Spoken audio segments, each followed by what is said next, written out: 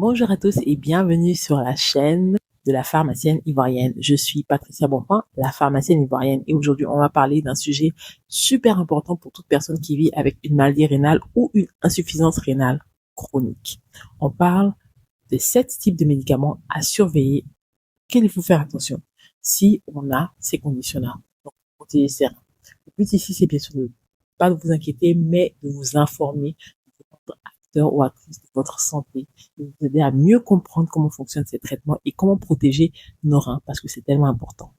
Les premiers groupes de médicaments dont on va parler, ce sont les médicaments contre la douleur. Donc, ce sont des médicaments qui sont en vente en libre souvent, qu'on appelle les anti-inflammatoires non stéroïdiens ou INS, comme l'ibuprofène, Advil, Motrine, aussi l'aspirine, Novalgine. Ces médicaments-là peuvent réduire le débit sanguin vers les reins et ça peut entraîner une augmentation de notre tension artérielle et à long terme, ça peut même entraîner des lésions rénales, surtout quand c'est utilisé à forte dose ou utilisation prolongée. Donc, si vous avez un diagnostic de maladie rénale ou des doutes, n'hésitez pas à poser des questions à votre médecin ou à votre pharmacien. Évitez l'automédication avec ces médicaments-là, toujours pour des conseils. Le deuxième groupe de médicaments dont on va parler, ce sont certains médicaments pour lutter contre les infections. Donc, certains antibiotiques, antiviraux, antifongiques. Par exemple, on a le Bactrim, ou certains antiviraux utilisés pour le VIH, ou certains médicaments pour traiter les mycoses. Ce sont des médicaments qui sont éliminés par les reins. S'ils ne sont pas ajustés à votre fonction rénale, ils peuvent s'accumuler dans le sang et causer des effets secondaires, voire des lésions rénales. La bonne nouvelle, c'est qu'ils peuvent souvent être utilisés en toute sécurité, mais à dose adaptée. Donc, en cas d'infection, si on vous prescrit ces médicaments-là, vérifiez toujours si le dosage est bien ajusté à votre fonction rénale. Si vous avez des problèmes de reins, demandez à votre médecin ou à votre pharmacien, ça ne coûte rien de poser des questions. Ensuite, on va parler des antidiabétiques, donc les médicaments contre le diabète, comme la metformine, glyburide ou même insuline. Ce sont des médicaments qui sont aussi filtrés par les reins et donc avec une fonction rénale réduite, ils peuvent rester un peu plus longtemps dans l'organisme et ça augmente donc votre risque d'avoir un taux de sucre qui est trop bas, donc d'être hypoglycémique. Dans le cas de la metformine, ça peut même causer un effet secondaire rare qu'on appelle acidose lactique. Donc la metformine, par exemple, est réduite ou même arrêtée quand la fonction rénale est trop basse et le glyburide est aussi déconseillé quand la fonction rénale atteint un certain niveau trop bas. L'insuline peut toujours être utilisée mais à dose ajustée. Ensuite, le quatrième groupe de médicaments auxquels on va faire attention, ce sont les médicaments pour la tension ou le cœur.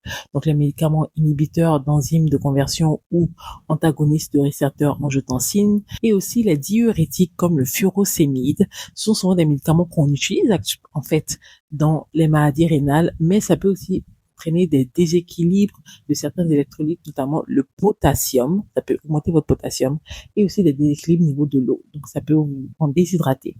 Surtout les diurétiques, parce que ce sont des médicaments qui font faire pipi, n'est-ce pas? Des exemples d'IEC, ce sont par exemple le Ramipril, le Linosipril, Enalapril, tout ça sont des exemples d'IEC. Pour les ARA,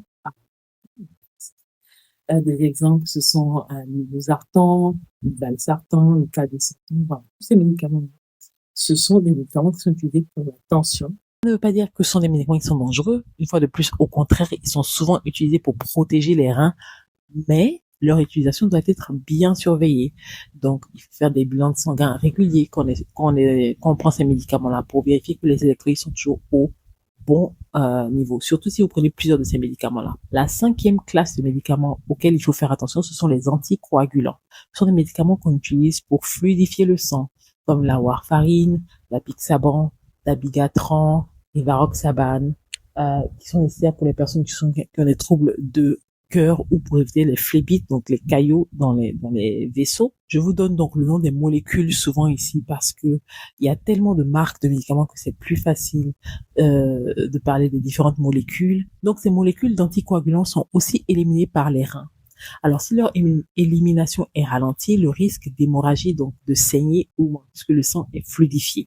Votre médecin ou votre pharmacien peut adapter la dose, votre médecin peut adapter la dose ou alors vous recommander une molécule qui est plus sûre pour vos reins. N'hésitez pas à aussi poser la question à votre pharmacien parce qu'il peut absolument aussi vous conseiller pour que vous allez et donner cette information-là à votre médecin. Le sixième groupe de médicaments, ce sont les médicaments contre les brûlures d'estomac. On les appelle les anti-HE comme la famotidine, la cimétidine, et aussi les anti-acides comme Gaviscon, Pepto-Bismol et tout ça. Ce sont des médicaments qui sont en vente libre, donc on les prend, on fait souvent de l'automédication avec ces médicaments-là, mais ils peuvent aussi s'accumuler dans vos reins si vos reins ne fonctionnent pas bien. Surtout les médicaments qui contiennent du calcium, du magnésium et de l'aluminium, on doit faire très attention.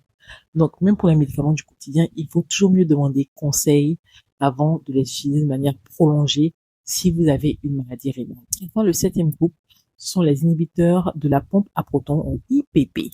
Alors, les IPP, les exemples de IPP, c'est l'oméprazole, l'ésoméprazole, le pantoprazole, qui sont très utilisés contre les reflux et les ulcères.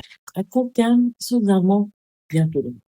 Mais sur le long terme, genre plusieurs mois, plusieurs années, peut augmenter le risque de et d'ostéoporose et aussi de carences nutritionnelles comme les carences en magnésium, en B12. Donc, comment éviter tout ça? Toujours utiliser la dose la plus petite qui va vous aider et aussi utiliser pour une durée la plus courte possible, sauf en état supporté. Alors voilà, ce sont les 7 différents groupes de médicaments auxquels on va faire attention quand on a une maladie. Qu'est-ce qu'il faut retenir, c'est que pas hésiter à poser des questions à votre médecin, votre pharmacien.